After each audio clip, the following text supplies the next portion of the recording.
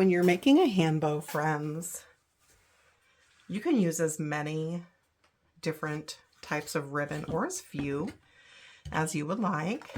I'm going to use, again, the two 2.5 inch wide ribbons and two 1.5 inch wired ribbons. I feel like that when you use different widths, it really just gives lots of depth and dimension to your wreath. But that's total personal preference, friends. Use as many or as few as you'd like at whatever width you would like. It's just important that you do, whatever type of ribbon you choose to use, that you do use wired ribbon. Okay. And you always want to put the 2.5 inch ribbon in the back. And so the first thing we need to do, friends, is measure a tail. And your tail length and bow length is going to vary based upon the size of where you're adding your bow and how big you'd like it to be. So if this bow is too big for your wreath, you can just dial it back. If you want something bigger and bougier, just increase the length. So make sure you've got your scissors handy and also one pipe cleaner that's close in color to what you're creating. And before you get started, friends, just fold your pipe cleaner in half. This is just a 12-inch pipe cleaner so that you've got a loose V shape. So first we're going to make our tail. Let me just see how long I like those to be. I'm going to make those a good, I think I'm going to make those a good 12 inches. And so once you determine the length of your tail, friends, go ahead and pinch and gather, pinch and gather.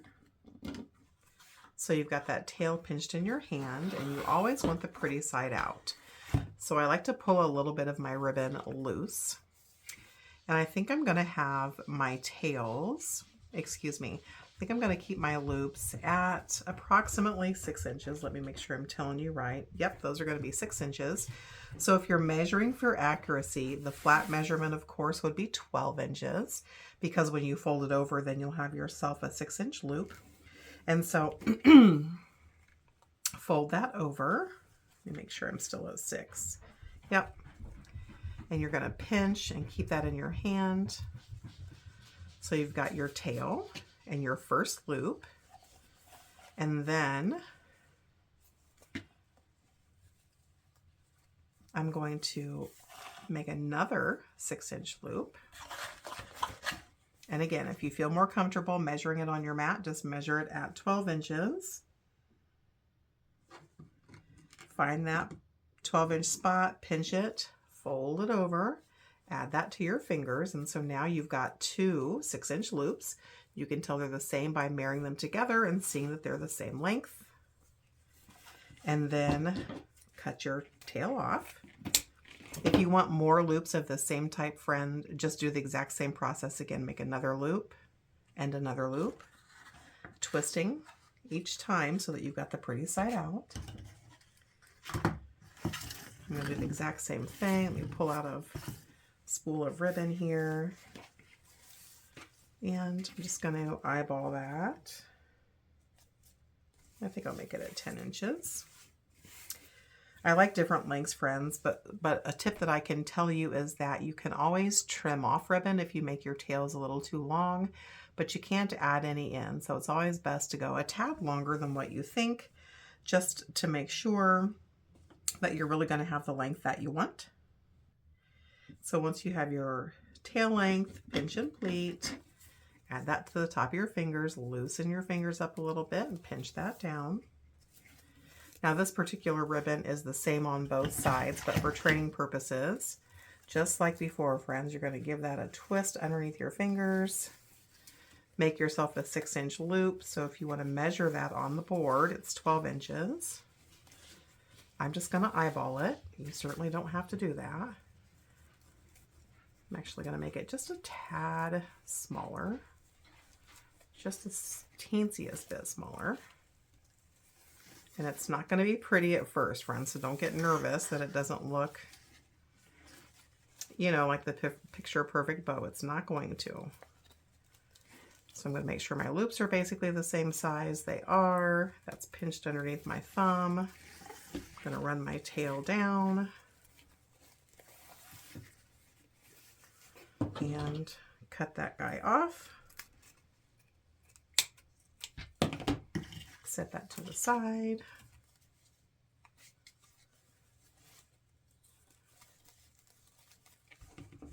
And now I'm going to do the same thing with the black, because I'm going black, yellow, black, and yellow. So at this point, I've got the base of my bow started. It's still not that pretty, so don't panic. You've got one loop of each. You can add additional loops if you like, and 2 tails of each, excuse me, 4 loops and 4 tails, 2 of each. There we go.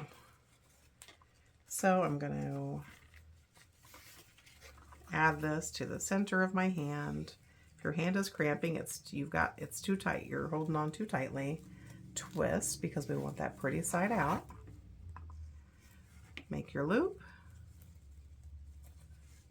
Twist under your thumb, because your thumb's loose enough, right? Make sure they're about the same size. Run your tails down as long as you like. Cut them off. So now we've got 2 loops of each ribbon type and 2 tails of each ribbon type. And I'm going to do the exact same thing with the yellow.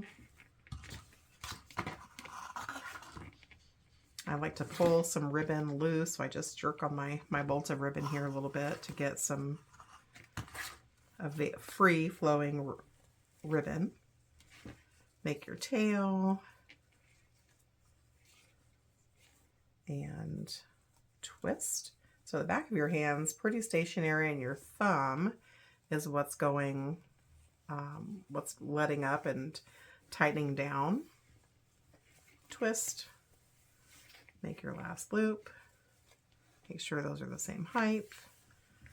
Run that tail down as far as you'd like and cut it off. And I'm going to do one more thing, friends. I actually really like this welcome ribbon. And so I would like to, I don't really want to add any more loops of this, but I do want a couple of tails.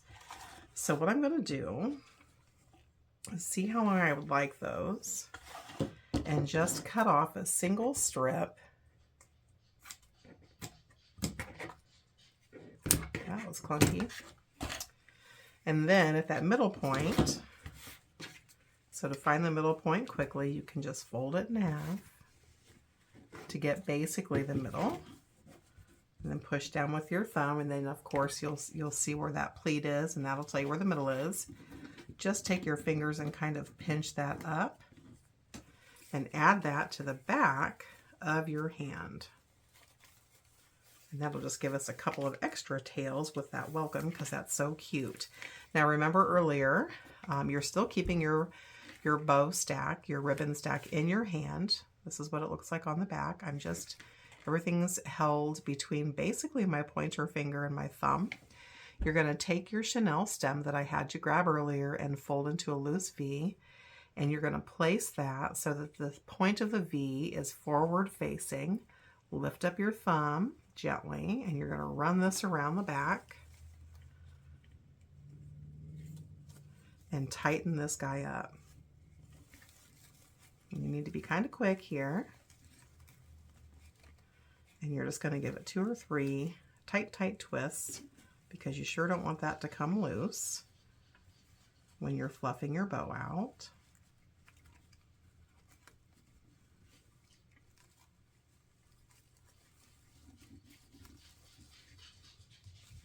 So I'm just going to spin that around.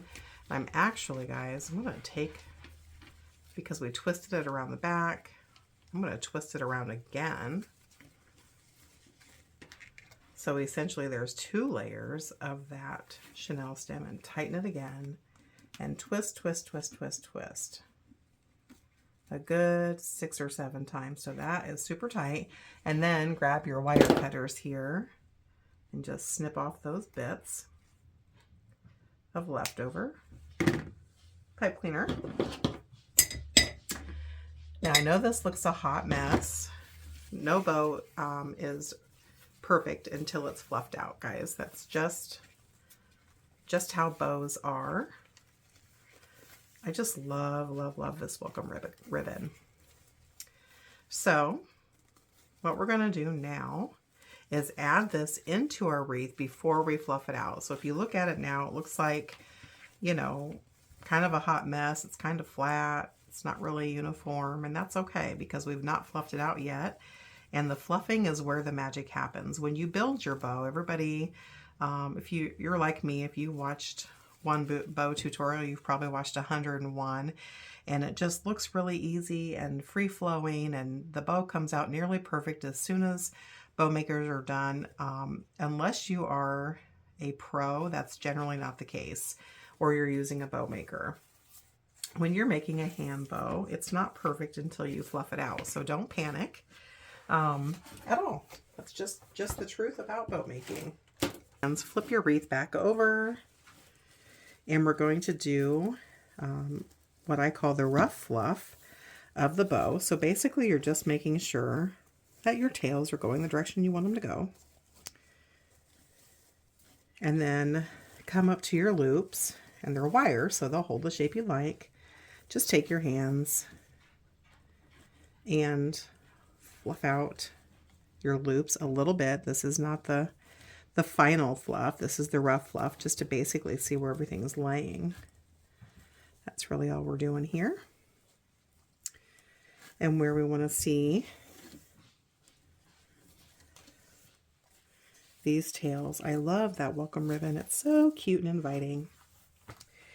And we're going to do a trim of our tails. And again, friends, you can either cut it at an angle like we did the few ribbon tails that we did, or you can dovetail it.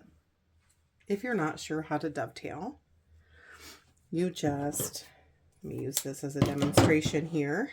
You take your ribbon tail, fold it in half, grab your scissors, and then cutting on the fold, not the open side, you come down an inch or so, and then cut up towards the corner at the diagonal.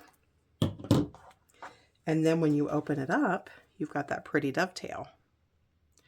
I'm going to go ahead and cut at an angle just like we had earlier.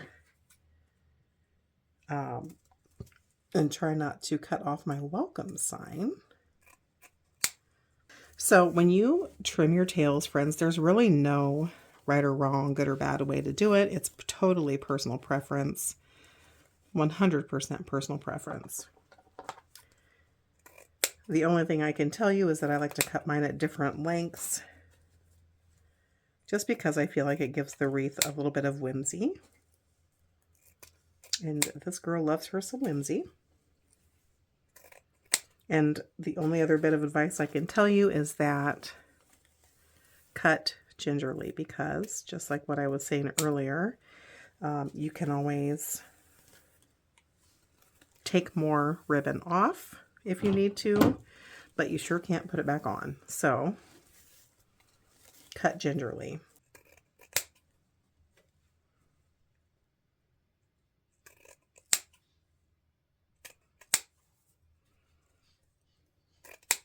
So as you can see, friends, different ribbons, different lengths. It's just how I like to do things. And definitely keeping that welcome ribbon the longest because it's my favorite.